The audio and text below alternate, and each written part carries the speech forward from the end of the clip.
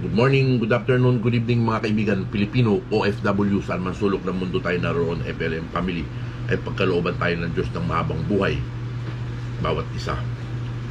Shout out Sir Jojo, thank you. Sinama mo ko dun sa yung underrated FLM vloggers. Nahihiya tuloy ako talaga na maggawa nitong video na to. Pero kayo pa din, maraming salamat. At saka dun sa mga FLM defenders din na maraming salamat sa inyo. At saka nadagdagan yung subscriber ko, Sir Jojo, dahil sa iyo. Maraming salamat. Kaya agbyag ka. Kaya ni Apple Lakay natin, agbyag ka. Apple Lakay, Francis Leo, Antonio Marcos. Gusto ko magbigay ng komento dito mga kaibigan. Ito, napunta na tayo doon sa magiging topic ko ngayon. December 19, mga kaibigan. Biglang nag-appear dito sa YouTube ko, ko dyan, itong si Mr. Solve. Isa tong pilantropo mga kaibigan. Katulad ng ating Apo Lakay, isang pilantropo mga kaibigan, na gumagawa din ng kabutihan sa kanyang kapwa. Na-feature ito mga kaibigan, December 19 sa Rated K ni Corina Sanchez mga kaibigan. Hindi ko pa alam yung talagang buod dito mga kaibigan, pero gusto ko nang gawan ng reaction mga kaibigan. Tumutulong ito, nakita ko yung ibang mga video kanina, nag-research ako ng mabilis. Doc Chiyuto, kilala sa pangalang Mr. Solve sa Capiz o sa parting dito sa may parting Capiz.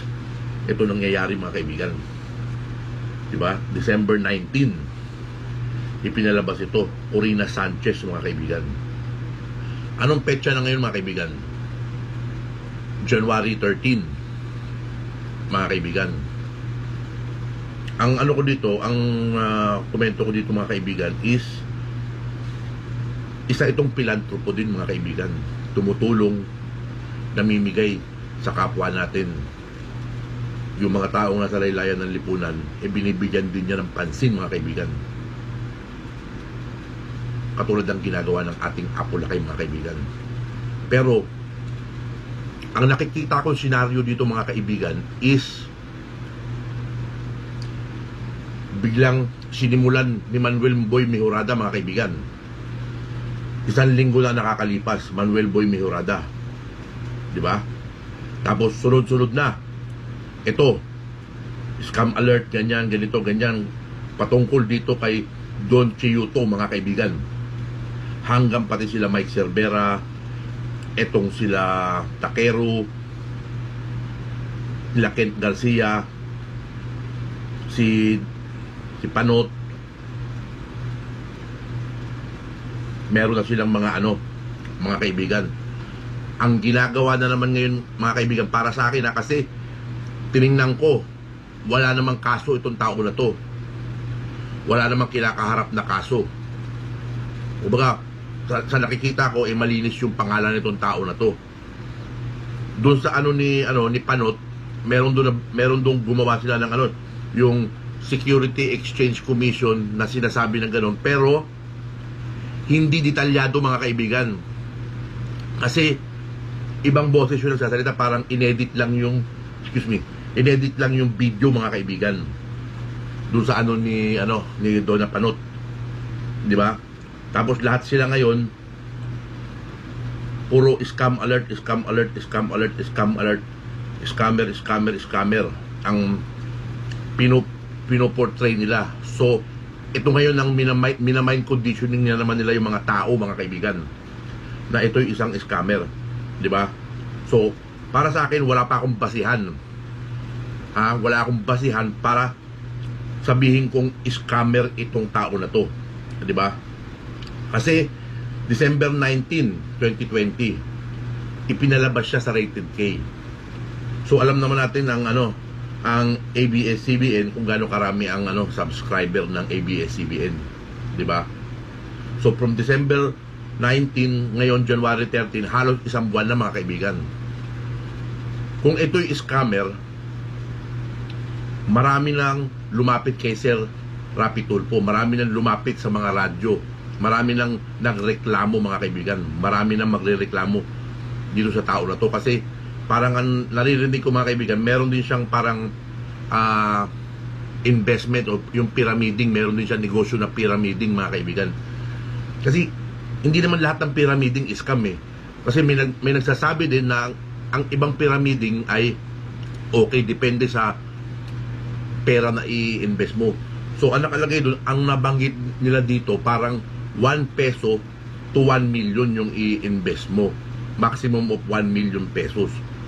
Siguro, kung nagpipiramiding siya, maximum of 1 million pesos at saka maximum of kung ilan rin lang yung pwede niyang kunin ng member na masusustain pa niya yung ano. Diba? Kasi ako, hindi ko naiintindihan yung pyramiding eh.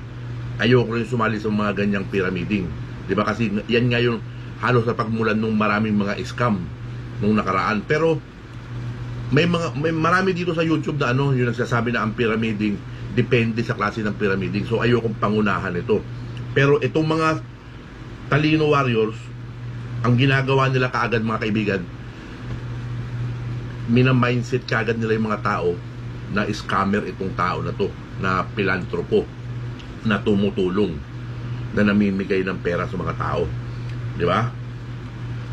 So mag-iisang buwan na, wala naman nagre-reklamo pa mga kaibigan. Kung di, ang mga reklamo ngayon mga kaibigan, nanggagaling dito sa mga United Tanga Warriors. Di ba? Yung naglalaro sa isip ko mga kaibigan dito, ano kaya ang niluluto na naman itong grupo na ito mga kaibigan? Di ba? Personal kong opinion mga kaibigan ha. Inaalam nila kung magkano, kung gaano kalaki ang pera na meron taglay itong tao na to, itong si Doc Chiyuto na sinasabi. Sa sarili ko lang yung haka ko lang to mga kaibigan ha. Ganyan na yan. Siyempre, inunahan ni Murada. O, di ba? Yung mga susunod naman yan, siyempre, baka may kasabwat itong mga kaibigan na pinagpaplanuhan na itong mga kaibigan ng ano, ng mga, itong mga tiwaling alagad ng batas, mga kaibigan. Baka pinagpaplanuhan na ito, mga kaibigan. So, ang ginagawa siguro nila ngayon, maghahanap na sila ngayon ng mga taong ano, magko-complain laban dito. Yung persahan ba na mag-complain, katatakutin nila o kung ano mang paraan para maperahan nila tong tao na to mga kaibigan. Diba? Parang ganun yung nakikita kong senaryo na pwedeng mangyari mga kaibigan. Diba?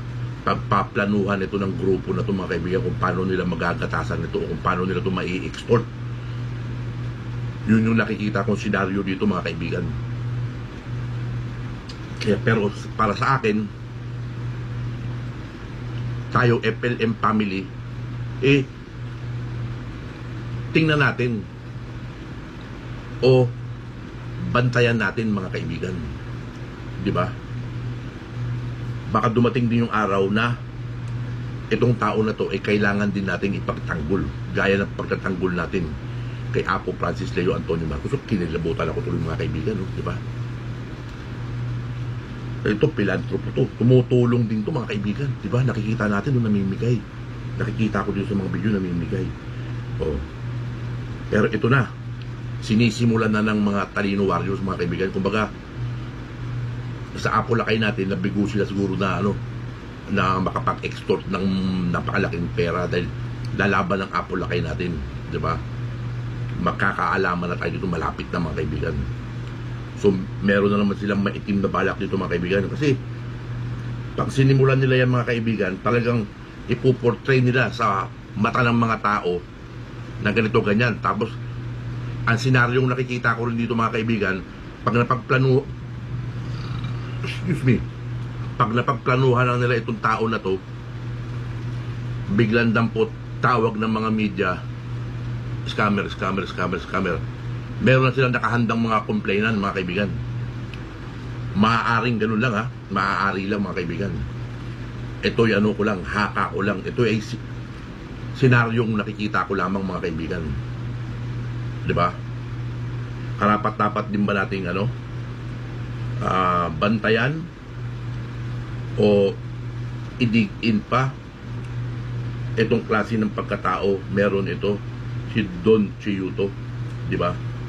Na-interview ni Corina Sanchez nung premiered December 19 sa ano to, mismo sa channel ni ano to, ni Rated Corina. Di ba? So, ang dami na itong nakapanood nito. Milyong-milyong tao na nakapanood nito sa buong Pilipinas, sa buong mundo. Diba? Kumbaga naging interesado lang ako mga kaibigan kasi gumagawa ng mabuti, tumutulong sa tao eh. Diba? Kung ikaw nang i-scam ka ng pera, bakit mo ipamimigay? Bakit ka magpapakahirap mag-scam? Bakit ka magpapakahirap gumawa ng illegal tapos itutulong mo lang sa tao? O ipamimigay mo lang o wawaldasin mo lang. Diba? Kumbaga, maganda kaya ang background nitong tao na to. Doktor eh. Dok ang nakita ko. Hindi ko lang sigurado kung doktor talaga siya o ano siya. Pero doon sa nakikita ko mga kaibigan, sa pamimigay niya, may puso eh. May puso mga kaibigan. May puso para sa taong bayan mga kaibigan. Diba? At nababanggit din niya na ano, na hindi rin niya kailangan ng posisyon sa gobyerno. Ganito, ganyan. Diba?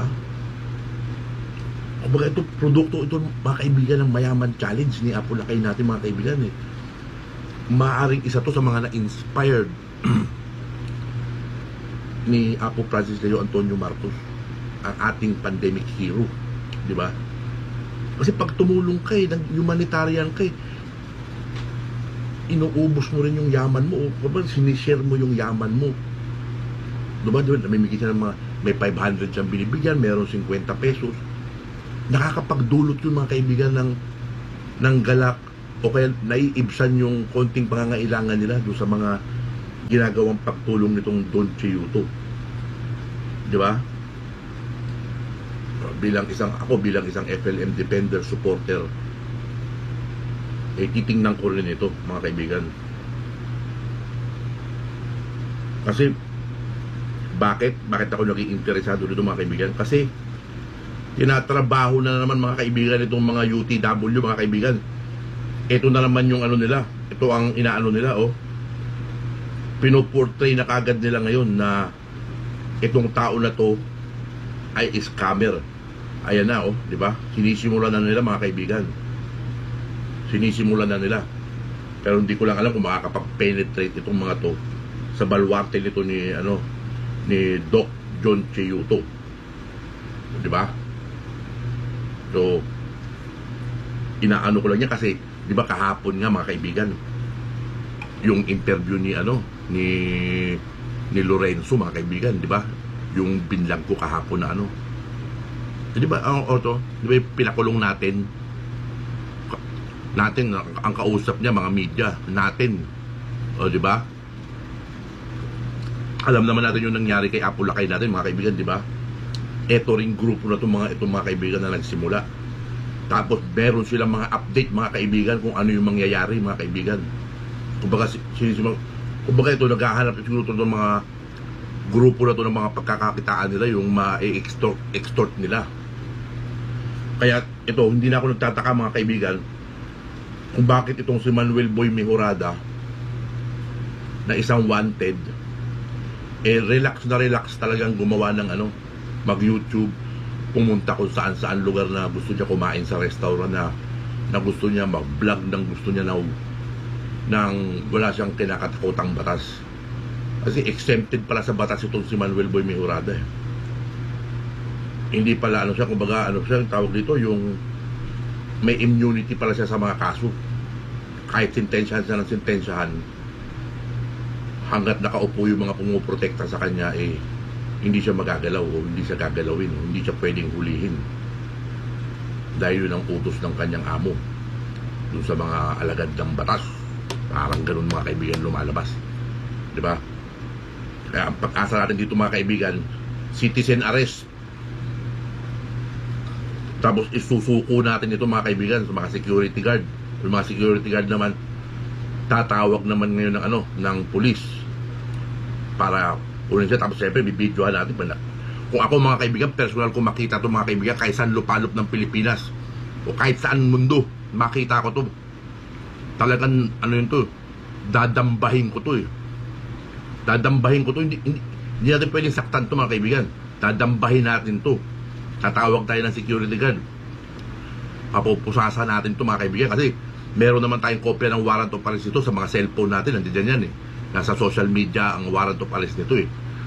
Tapos bibidyohan natin habang sinusuko na ngayon tatawag ng pulis. O kunyari may pulis na dumating. O eto, si Manuel Boy Mejorada nahuli dito sa mall. Ganito, ganyan. O kaya dito nakita dito sa kalye. Dinamba ng taong bayan para isuko sa pulisya. Siyempre kukunin natin yung pangalan ng pulis. O kunyari anong mobile number nila, plate number. O. Kasi siyempre, baka habulin nito ng bago makarating ng presinto, baka sumugod yung mga protector nito na albo rin. At least alam natin kung sinong pulis yung pagsusukuan. Parang ganun mga kaibigan. Dapat talaga to citizen arrest ang gawin dito kay Manuel Boy Mejorada. Eh siyempre marami na yung FLM family. Pwede natin gawing pwede to. Legal yun mga kaibigan. Isang convicted, makita natin sa daanan, pwede nating arrestuin to. Citizen arrest ang tawag doon mga kaibigan. Legal yun kasi meron tong absolute warrant of arrest. Walang piyansa-piyansa na to mga kaibigan. Diretso na kagad to. Kung saan to papakulong. Malamang to dalhin doon sa Sampaguita. Masama yun, ibang tawag nila mga ganun. Diba? So Don Chiyuto gumagawa ng mabuti. Tapos pinararatangan na kaagad mga kaibigan ng UTW na scammer ito, ganito, ganyan, ganito, ganyan, ganyan, ganyan. Kasi para sa akin mga kaibigan, baseless na naman kaagad yung sinasabi nila. Inggit na naman o pinagpaplanuhan na naman to ng hindi maganda. Isang pilantropo na naman ang tinatrabaho nitong mga United Tanga-Tanga Warriors na to. Kumbaga, United Tanim Warriors, ganun, Tanim Kaso Warriors ang mangyayari dito mga kaibigan. Kayang-kaya nilang gawin niya mga kaibigan. Hahanap sila ng mga tao, yung mga tauhan din nila na magpapanggap ng mga complainant ng ganito, ganyan, madaling gumawa ng mga papel-papel dyan, mga ganyan mga kaibigan. Ito, papasok ngayon to, papasukin nila ngayon to para ma-extort itong tao na to, di ba?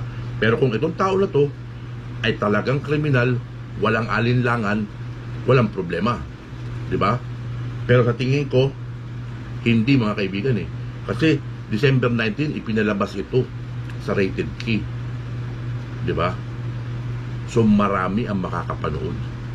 Kung ito ay gumagawa ng kabulastugan, may mga tao kaagad nalulutang on the spot, mga ilang araw, 2 araw, na magrereklamo na o yan nga yung pinaghahanap namin.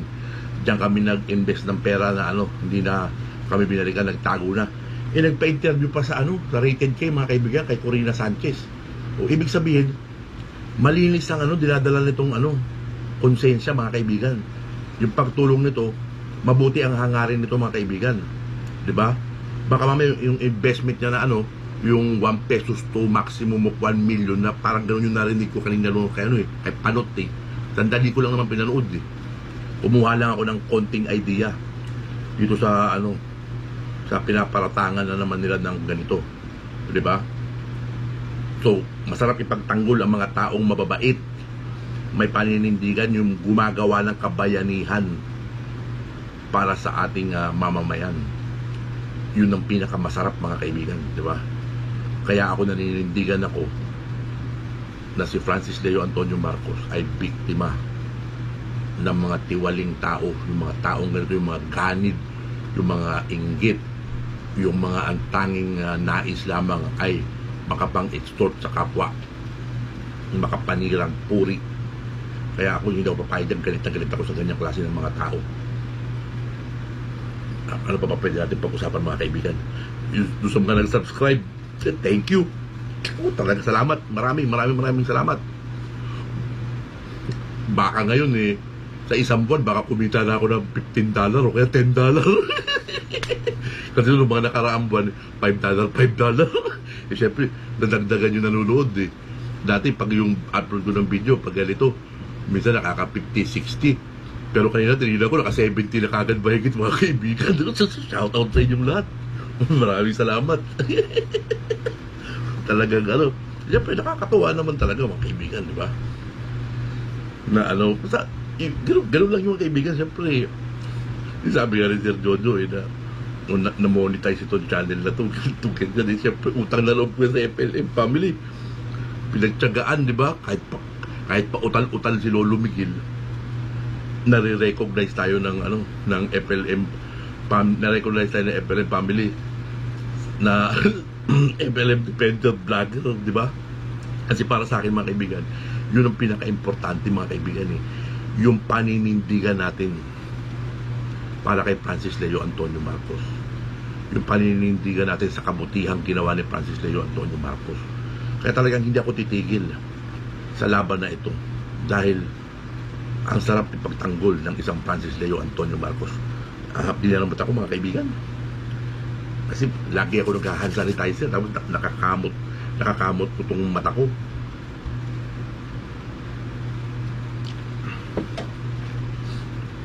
Ito pala kahapon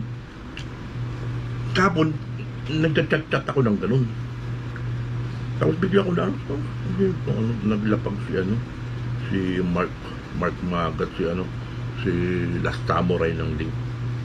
Sabi FLM family to sabi kong ganun sa kanya.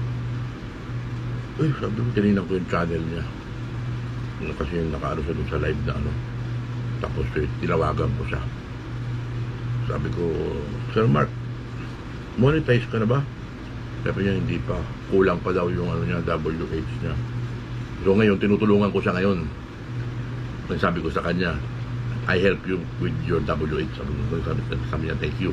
So, nakasalang siya ngayon dito. Ganun yung magkaibigan. Siyempre, FLM family. Pag nakita ko ng ganun, FLM family, kahit sinong YouTuber na FLM family na bago pa lang, na gustong matulungan sa WH, si Lolo Miguel pwede makatulong. Pero siyempre, schedule lang yun. Yung kung sino na una, siya yung una. Hanggat hindi makagraduate, hindi natin titigilan. Tapos, ano pa ba mga kaibigan? Basta na-excite lang ako na masaya ako ngayon. At doon sa live ni Apo Lakay kanina, okay naman. Wala naman masyadong basta okay lang. Ano ba yun? Ano ba sasabihin ko naman? Kalimutan ko na naman.